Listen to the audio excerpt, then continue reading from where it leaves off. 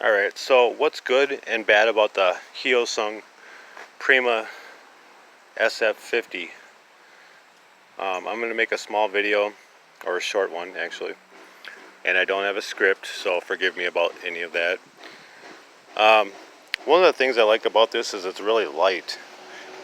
They say it weighs like 190 pounds or something like that. It doesn't feel like it compared to that one, the Piaggio, that's 200 plus, and it's really bulky, and the big tires, there's quite a big difference. These tires are 12 inch tires. It's really light. Does have this kickstand, and I don't have the handles up here on right now, but generally I just use the kickstand, and I only use the other one when like the battery doesn't get charged or something like that, or I need to work on something. One of the nice things about this is the gauges are really easy. Just got the left and the right. You got the horn, of course. The fuel gauge for this one doesn't work, so I had to basically hack one, and it was a 3-wire gauge, or sending unit is what they call it, and I just got it together. So even though it says that it's almost empty, it's actually halfway full, or a little bit under halfway. So when it's full, it's halfway. A lot of the companies out there want to charge you 50 bucks for a sending unit, and that goes right down in here. Or they're going to charge you $30 for shipping, and that's on eBay. I do use a website to get all the parts for this, and I believe that's hyosungsource.com, and that's where I was able to get the two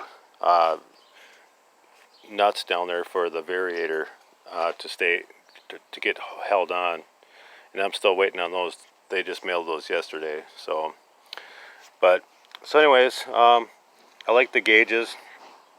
I like that there's a lot of footroom. I don't have the cover on down here because I was messing with that and just trying to check some stuff out.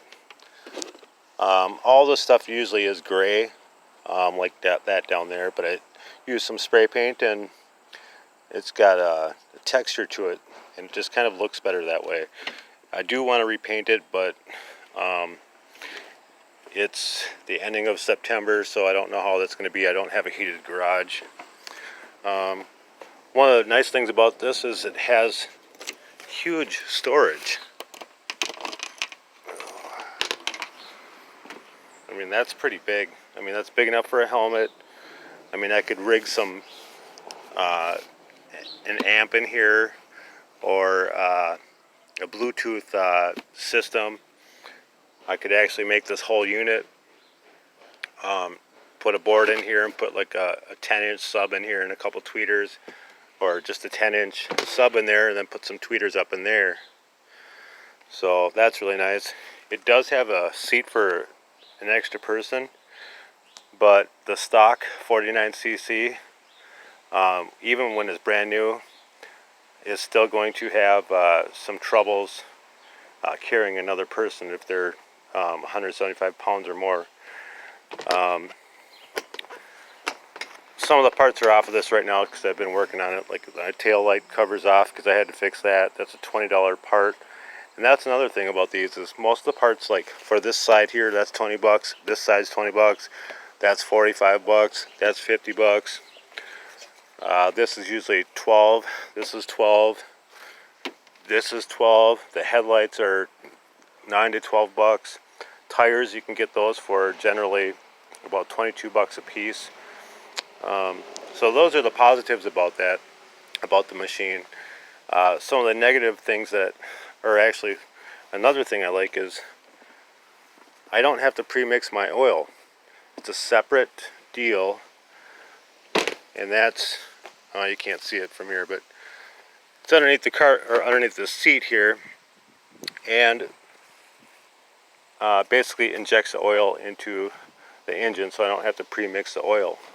And usually on some of the scooters, I can't remember if it's the 4 strokes. The 4 strokes usually have separate oil too, like the GY6 engines have like a regular oil spout to put in, like in a car type deal. I don't know how to explain it, but and some of these 2 cylinders you have to pre-mix the oil and the gas together and then fill it up. So that's the last positive, I guess I can go on about that. But some of the least things I don't like is the gas being down here, because when the cover's on I have to use a key to undo that, then unscrew that, and then put the gas in, of course, and then tighten it down and put the cover back on it, and then use the key to latch it on there. I don't like that as a stock unit. It can't carry another person without bogging down or any of that. Let's see. I don't like the gear ratios stock wise. That's why you always have to upgrade the CVT area over there. Change out the rollers in the variator. Make sure you got a good clutch in here with a good spring, and the springs inside of here. And I can upgrade these. I have found some forums that actually carry those, so I can turn this into almost like a racing one, and the same with this. But because this nut, or the shaft on here is actually reversed, so when I go to screw this on or take it off, it's actually the opposite of normal.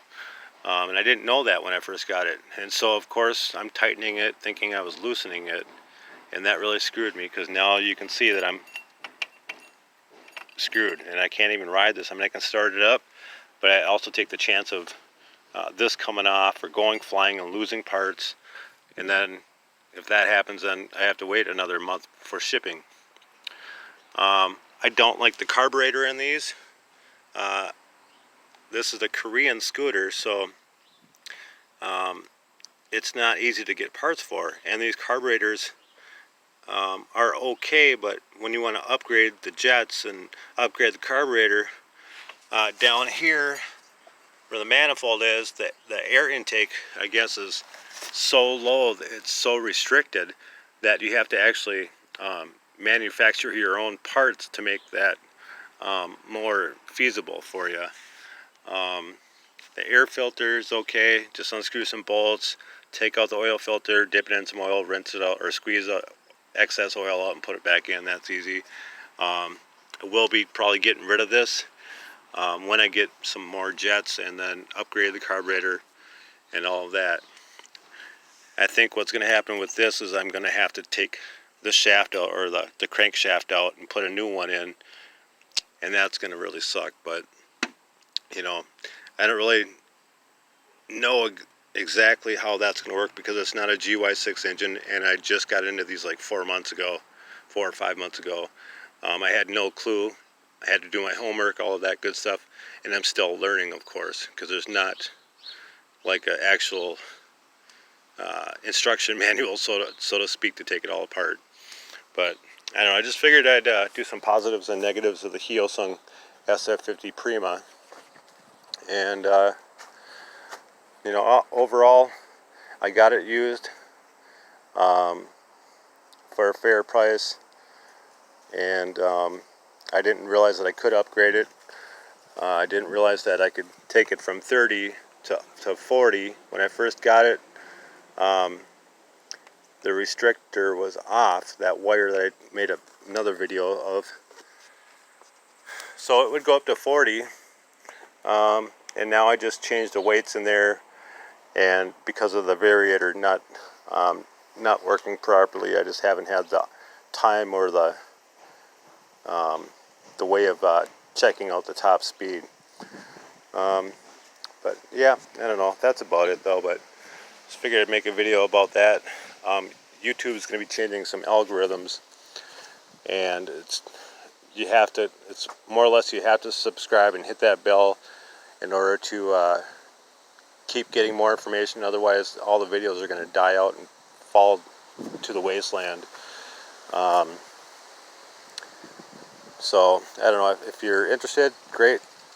If not, I'm just trying to give out some advice. Yeah, that's it. All right, take it easy, guys.